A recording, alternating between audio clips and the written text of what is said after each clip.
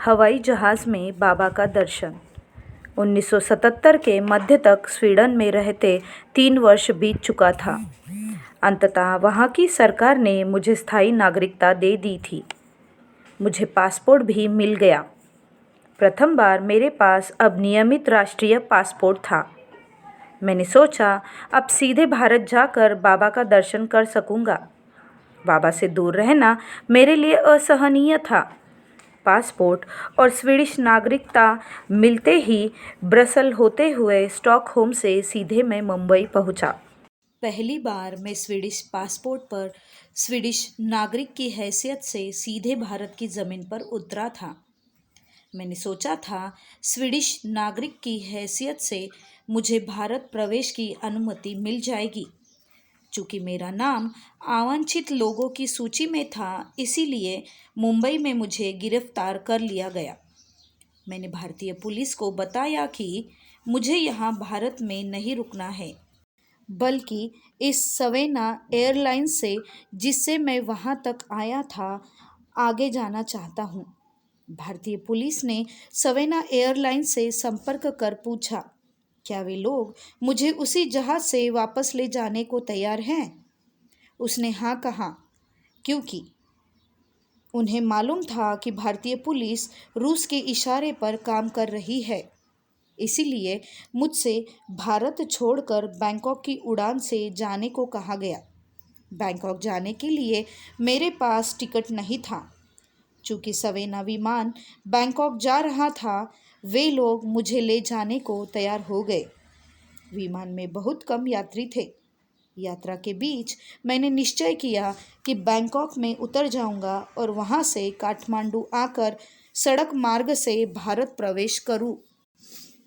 Bangkok पहुंचने पर मैं थाईलैंड के कस्टम अधिकारी से थाईलैंड में प्रवेश के लिए ट्रांजिट वीज़ा की मांग की। भारत सरकार ने पहले ही सूचित कर दिया था, मैं अवांछित व्यक्ति हूँ, इसीलिए कोई अपने देश में प्रवेश न करने दे। इस आधार पर थाईलैंड ने अपने देश में प्रवेश की अनुमति नहीं दी। फिर मैंने सवेना एयरलाइंस से संपर्क कर अनुरोध किया कि वे लोग मुझे वापस ब्रसल होते हुए स्टॉकहोम ले चले। विमान मनीला फिलीपींस जा रहा था, इसीलिए वे लोग मुझे मनीला ले गए। थाईलैंड में प्रवेश न मिल पाने के कारण मैं बाबा का दर्शन नहीं कर पाया था। मनीला जाते समय विमान में सो रहा था। विमान में बहुत कम यात्री थे। मैं बाबा के ध्यान में डूबा था और मन ही मन बाबा से मिलने का रास्ता ढूंढ रहा था। मेरी आंखों में आंसू था। मेरे अगल बगल कोई नहीं था। विमान में अचानक बाबा का दर्शन हुआ। मुझे सांत्वना देते हुए बाबा ने कहा, चिंता की कोई बात नहीं है, रो मत, मैं सदैव तुम्हारे साथ हूँ। बाबा को देखते ही मैं विवल हो गया। मैं बाबा दर्शन के लिए आया था और वह काम हो गया। कुछ पल बाद बाबा दृष्टि से ओझल हो गए। मुझे जितना आनंद मिला वह वर्णनातीत है। शब्दों में उसे बयान नहीं किया जा सकता। विमान मनीला में उतरा। मैंने सोचा यहाँ के मार्गियों से मिल लूँ। बाबा 2 बार मनीला आ चुके थे। वहाँ बड़ी संख्या में मार्गी थे। फिलीपींस में प्रवेश पाने के लिए मैं आव्रजन कार्यालय गया। भारत सरकार के निर्देश के कारण वहाँ भी प्रवेश की अनुमति नहीं मिली। सवेना अब मुझे टोक्यो जापान ले जाना चाहता था। टोक्यो सवेना उड़ान का अंतिम पड़ाव था। वहां पहुंचकर उसे मनीला, बैंकॉक, ब्रसल होते हुए स्टॉकहोम वापस आना था। अभी तक 3 दिन मैंने विमान में बिताए थे।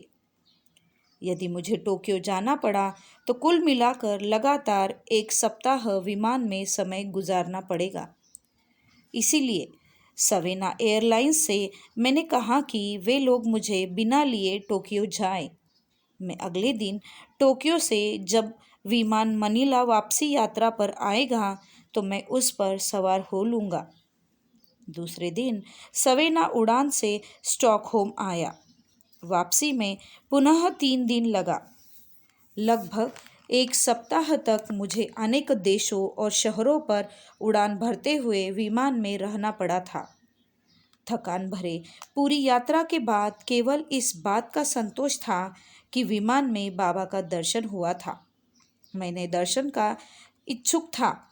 मैं यही चाहता था। वह सब मुझे मिल गया था। विश्व में सब कुछ चलायमान है। समय, मनुष्य, नक्षत्र, ग्रह, निहारिकाएं सभी चल रहे हैं। सबको चलना पड़ता है। रुककर खड़े होने का कोई उपाय नहीं है। गतिपथ चिकना नहीं होता है और न उस पर फूल बिछा रहता है, न उस पर केवल कांटे ही होते हैं और न हिंसात्मक द्वंद्व होता रहता है। गतिपथ के अनुसार मनुष्य को तैयारी करनी पड़ती है और साहस के साथ चलना पड़ता है। उस गति में ही जीवन का सार छिपा है। बाबा।